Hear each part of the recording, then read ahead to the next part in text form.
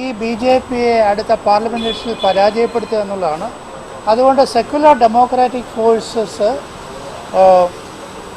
ഒരു ജനതാദളിൻ്റെ നിതീഷ് കുമാറിൻ്റെ നേതൃത്വത്തിൽ ഒരു പൊളിറ്റിക്കൽ ഫ്രണ്ടായിട്ട് മുമ്പോട്ട് വരും.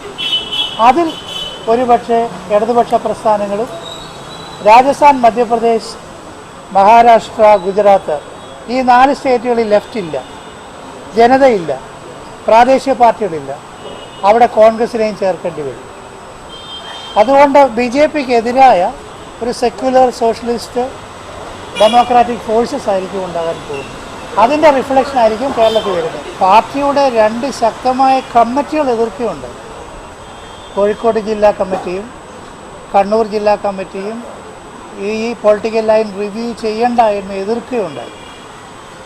അപ്പോൾ പാർട്ടിക്കുള്ളിൽ ഒരു ഭിന്നത രൂപപ്പെട്ടത് മനസ്സിലാക്കിയാണ് ആ കാര്യത്തിൽ ഒരു തീരുമാനം എടുക്കുന്നത്. JDS പക്ഷേ ഇന്ന് വൈകിട്ട് പിളരുകയാണ്.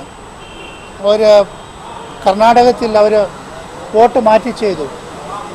അപ്പോൾ ആ പാർട്ടികളിൽ രൂക്ഷമായ പ്രശ്നമാണ് അതാണ്. അപ്പോൾ അങ്ങനെ അവരുടെ ഓൾ ഇന്ത്യ ലീഡർഷിപ്പിൻ്റെ ക്രെഡിബിലിറ്റി പോയി.